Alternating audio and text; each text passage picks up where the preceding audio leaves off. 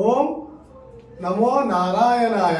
ఈరోజు హస్తరేఖలు అంటే ఏంటి, హస్తరేఖల ద్వారా హస్తం చూడటం ద్వారా భవిష్యత్తుని తెలపవచ్చా అనే విషయాల గురించి మీకు వివరిస్తాను. జ్యోతిష శాస్త్రంలో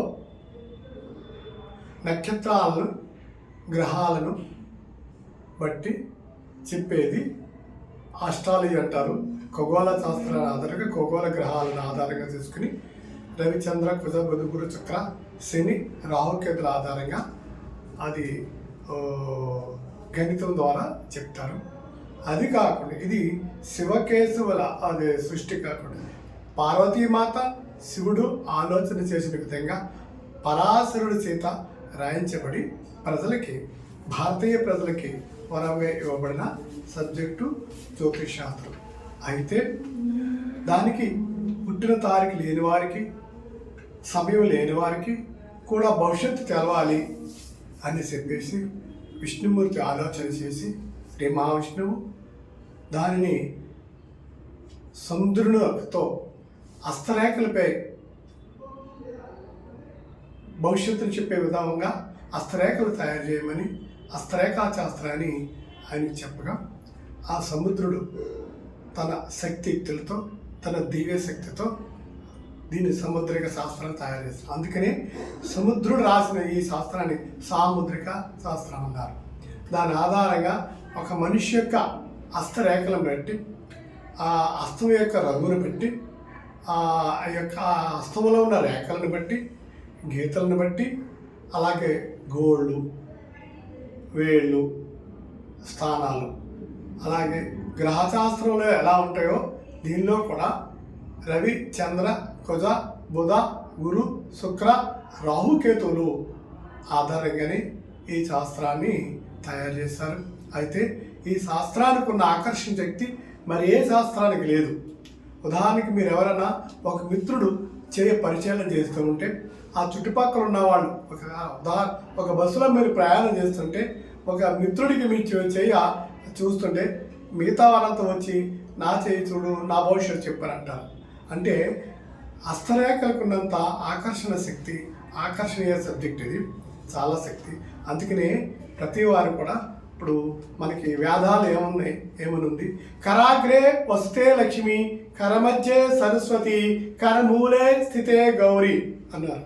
అంటే కరాగ్ర భాగంలో లక్ష్మీదేవి ఉంటే మధ్య భాగంలో సరస్వతిదేవి కింది భాగంలో పార్వతీదేవి ఉంటారని మనకి వేదాల ద్వారా తెలుస్తుంది.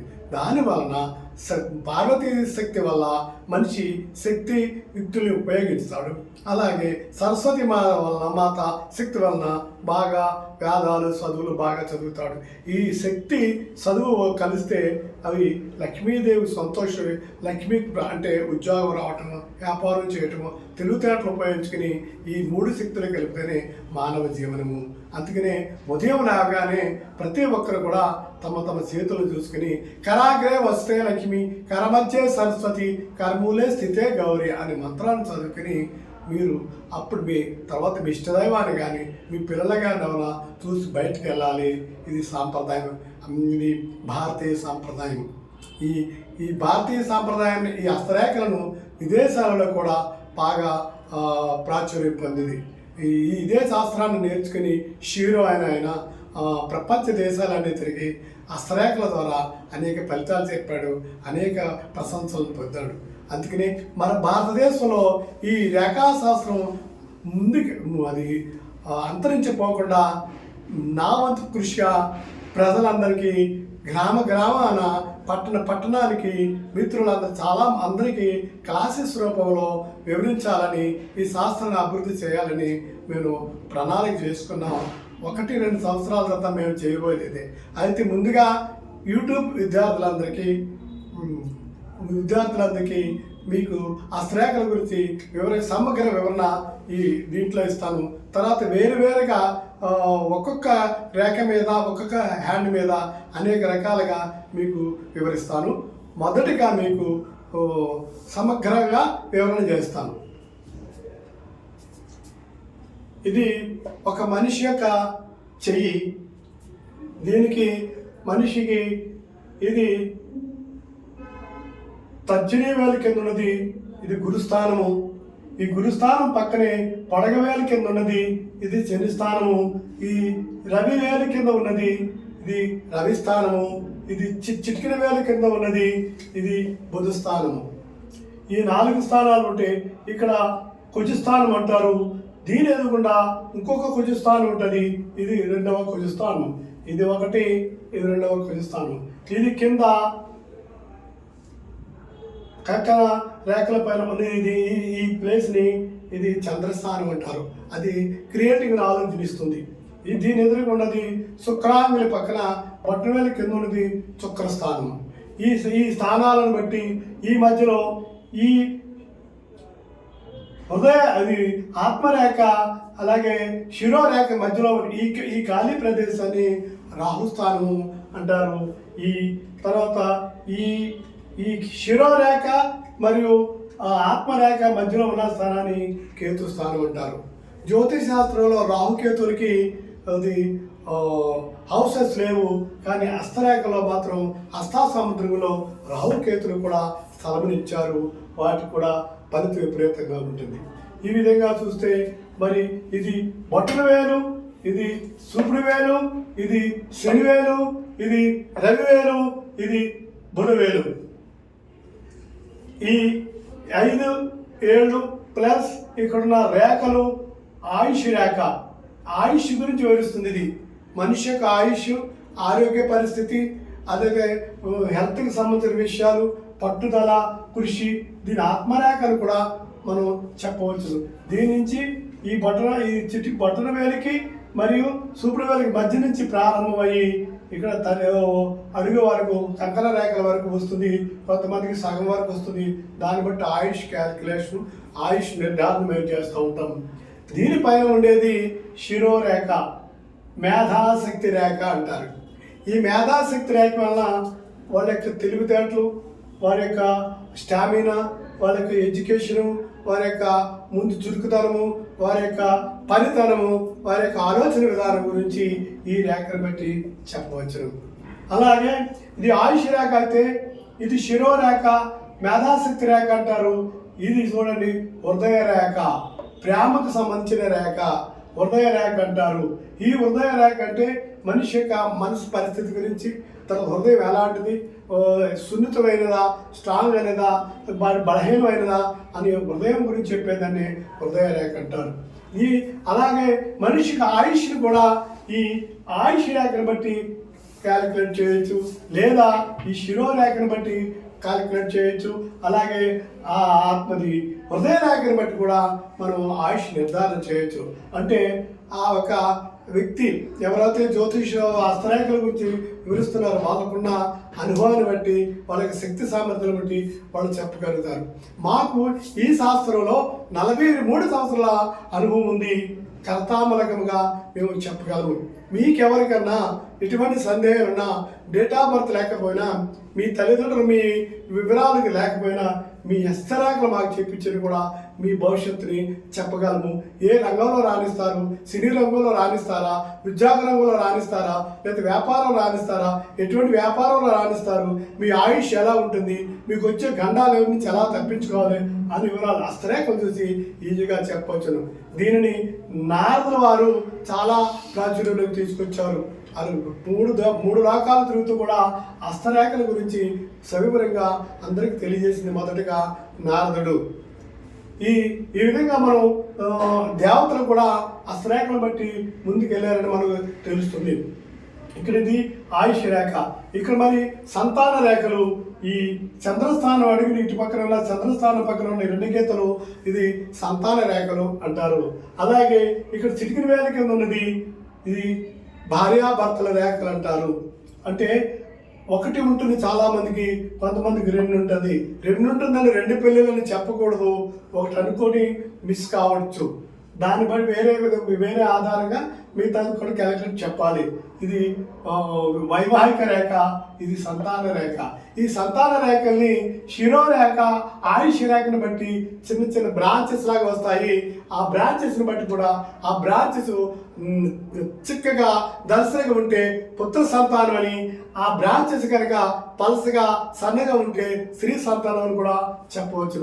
సంతానాల గురించి చెప్పవచ్చు. ఇక్కడ మీది ఈ గురుస్థానాన్ని బట్టి మనకి డామినేషను, ఆర్గనైజేషను, అథారిటీ, పబ్లిసిటీ, తర్వాత ఆకర్షణ శక్తి మనం చెప్పవచ్చు. గురు స్థానాన్ని ఆధారంగా చూసుకుని, శని స్థానాన్ని ఆధారంగా చూసుకుని కష్టపడే స్వభావము, సేవాభావము, పాపులారిటీ, ప్రజా సన్నిధులు, సేవాభావం గురించి వివరణ చెప్పవచ్చును.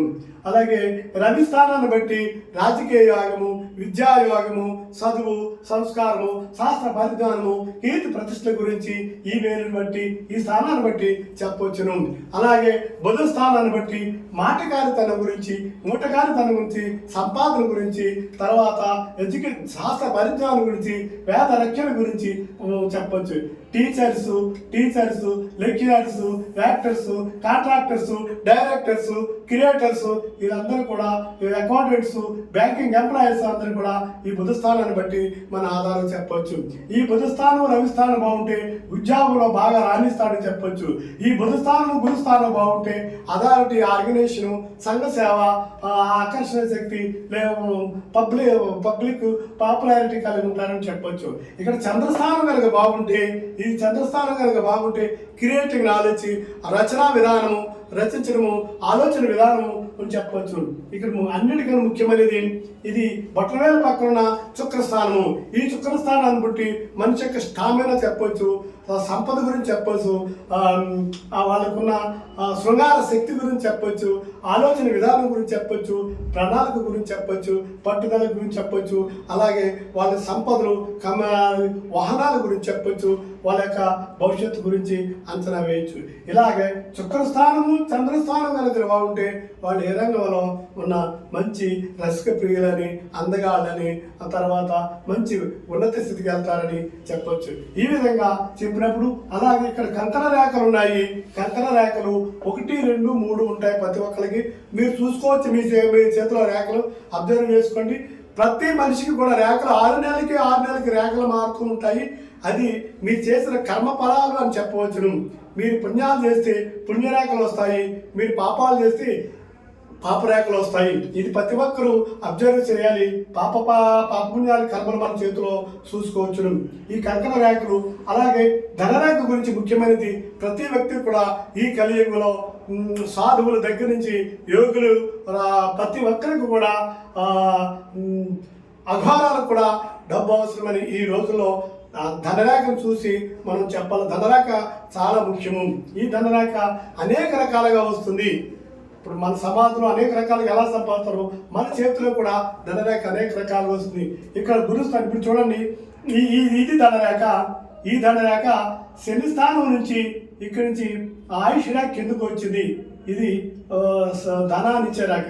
కొంతమందికి ఇదే ధనరేఖ చంద్రస్థానం నుంచి గురుస్థానానికి వెళ్తుంది. అలాగే చంద్రస్థానం నుంచి శని స్థానానికి వస్తుంది, చంద్రస్థానం నుంచి రవి స్థానానికి కూడా వస్తుంది, చంద్రస్థానం నుంచి శుక్రస్థానానికి కూడా వెళ్తుంది.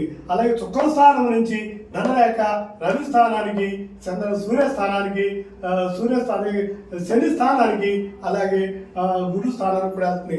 అనేక రకాలుగా ఉంటుంది. కొంతమందికి 30 నుంచి ధనయోగం వస్తుంది, కొంతమందికి 28 నుంచి ధనయోగం వస్తుంది. ప్రతి 7 సంవత్సరాలు కూడా క్యాలిక్యులేట్ చేసి ధనాన్ని మనం అంచనా వేయవచ్చు. చాలామంది ఎక్కువ మంది 35లో సెట్ అవుతారు, అలాగే 50లో స్థిరపడతారు. ఇదొక డివోషనల్ సైన్స్ అంత ఇప్పుడు వచ్చింది. ఇది దైవంతో తయారు చేయబడిన డివోషనల్ సైన్స్. మనిషి యొక్క చేయి చూడగానే వాళ్ళని గుట్టుమట్టులు, రహస్యాలు, ఆ ఆర్థిక పరిస్థితులు కూడా ఈజీగా చెప్పవచ్చు. చెప్పేవాళ్ళు చాలా నిష్ఠతో ఉంటే ఇది చాలా సులువైన పద్ధతి ప్రతి మనిషి జ్యోతిష్యుడికి. అది డేట్ ఆఫ్ బర్త్, దీనికి తోడుగా డేట్ ఆఫ్ బర్త్, నక్షత్రం తెలిస్తే కూడా వాళ్ళకి 100% మనం జ్యోతిష్యం చెప్పవచ్చు. మీరు ఎవరికన్నా ఈ ప్రోగ్రామ్స్ ప్రతి ఒక్కరూ ఈ మా ఛానల్ సబ్స్క్రైబ్ చేయండి, లైక్ చేయండి, మీ ఫ్రెండ్స్కి పంపించండి. మీకు ఏమైనా డౌట్స్ ఉంటే మీ స్క్రోల్లో మా ఫోన్ నెంబర్ ఉంటుంది, మాకు ఫోన్ చేసి అడగండి, అపాయింట్మెంట్ తీసుకోండి. ఓం నమస్తే వాయ.